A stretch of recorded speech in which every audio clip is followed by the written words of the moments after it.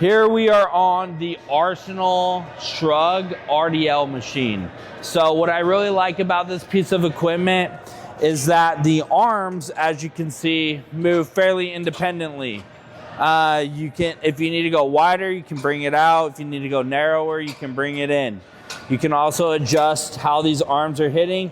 If you need to go further down, you can drop it by just pulling up, dropping it all the way down. If you need it higher, you can have it here. If I need to do a shrug or an RDL, I have both those options. If you want to do an RDL, just load it. You'll just bring this here, head up, drive, push your glutes forward.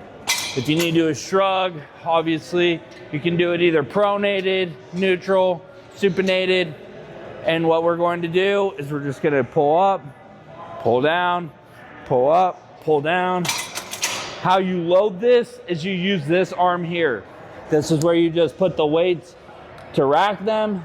But if you want to load it, you'll just put it on this handle here. Great piece of equipment, very versatile, tons of different things you can use. You can also adjust this handle right here.